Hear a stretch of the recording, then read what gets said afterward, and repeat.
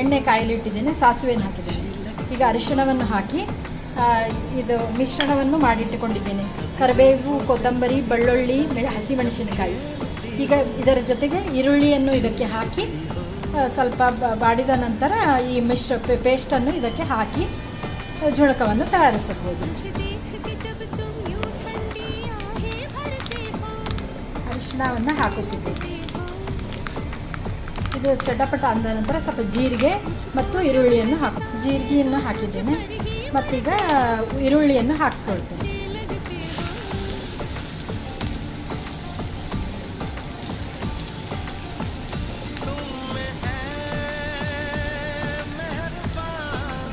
ಸ್ವಲ್ಪ ಸ್ಟೋವನ್ನು ಸಣ್ಣ ಮಾಡಿಕೊಂಡು ಚೆನ್ನಾಗಿ ಇದನ್ನು ಕಾಯಿಸಿಕೊಳ್ಳುತ್ತೇವೆ.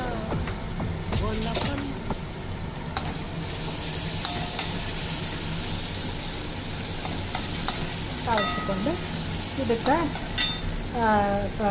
ಹಸಿಯ ಇದು ಕೊತ್ತಂಬರಿ, ಕರಿಬೇವು, ಬೆಳ್ಳುಳ್ಳಿ ಮತ್ತು ಮೆಣಸಿನ್ಕಾಯಿದ ಮಿಶ್ರಣವನ್ನು ಇದಕ್ಕೆ ಹಾಕಬೇಕು. ಇದನ್ನು ಕೂಡ ಇದಕ್ಕೆ ಹಾಕಿ ಚೆನ್ನಾಗಿ ಸ್ವಲ್ಪ ಹೊತ್ತು ಇದನ್ನು ಮಾಡೋದು. ಮಿಶ್ರಣ ಅದರಲ್ಲಿ ಕೂಡುವ ತನಕ ಮಾಡಿ ನೀರನ್ನು ಹಾಕಿ ಅದಕ್ಕೆ ಸ್ವಲ್ಪ ಉಪ್ಪು ಮತ್ತೊಂದು ಚಿಟಿಕೆ ಸಕ್ಕರೆ ಹಾಕಿ ಕುದಿಯಲು ಬಿಡಬೇಕು. ನಂತರ ಕುದಿಯುತ್ತಾ ಬಂದಾಗ ಸ್ವಲ್ಪ ಉಪ್ಪನ್ನು ಹಾಕಿ ಇದು ಕಡಲೆ ಹಿಟ್ಟನ್ನು ಹಾಕಿ ಜುಣಕವನ್ನು ತಯಾರಿಸಬಹುದು.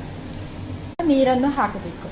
ನೀರನ್ನು ಹಾಕಿ ಇದು ಸ್ವಲ್ಪ ಕುದಿಲಿಕ್ಕತ್ತ ನಂತರ ಉಪ್ಪು ರುಚಿಗೆ ತಕ್ಕಷ್ಟು ಉಪ್ಪು, ಸ್ವಲ್ಪ ಸಕ್ಕರೆ ಇದು ಆಗಬಾರ್ದಂತೆ ನಂತರ ಕಡಲೆ ಹಿಟ್ಟನ್ನು ಸೇರಿಸಿ ಜುಣಕವನ್ನು ರೆಡಿ ಮಾಡಬಹುದು. ಕುದಿಯಲು ಹತ್ತಿದ ನಂತರ ಇದಕ್ಕೆ ಸ್ವಲ್ಪ ಉಪ್ಪು ಮತ್ತು ಸ್ವಲ್ಪ ಒಂದು ಚಿಟಿಕೆ ಸಕ್ಕರೆಯನ್ನು ಹಾಕುತ್ತೇನೆ.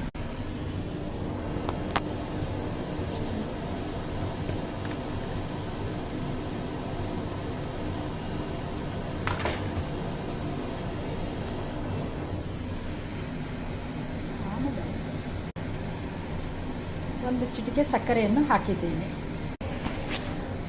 ಈ ರೀತಿ ಕಡಲೆ ಹಿಟ್ಟನ್ನು ಹಾಕುತ್ತಾ ಜುಣಕವನ್ನು ತಯಾರಿಸಬೇಕು. ಇದನ್ನು ಹಾಕುತ್ತಾ ತಿರುಗುತ್ತಾ ಇರಬೇಕು, ಇಲ್ಲಾಂದರೆ ಗಟ್ಟಿಯಾಗಿಬಿಡುತ್ತದೆ, ಜುಣಕ ಸರಿಯಾಗಿ ಬರೋದಿಲ್ಲ. ಜುಣಕ ಕುದಿಯುತ್ತಾ ಇದೆ. ಸ್ವಲ್ಪ ಗಂಟುಗಳು ಒಡೆದ ನಂತರ ಜುಣಕ ಚೆನ್ನಾಗಿರುತ್ತೆ. ಇದು ಚಪಾತಿ, ಅನ್ನದ ಜೊತೆಗೆ ಕೂಡ ತಿನ್ಬೋದು.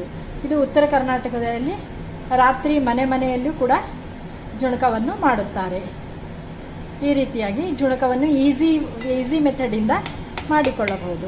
ಸಾರು ಅಥವಾ ಹುಳಿ ಬೇಸರವಾದರೆ ಜುಣಕವನ್ನು ತಯಾರಿಸಿಕೊಳ್ಳಬಹುದು. ಜುಣಕ ರೆಡಿಯಾಗಿದೆ.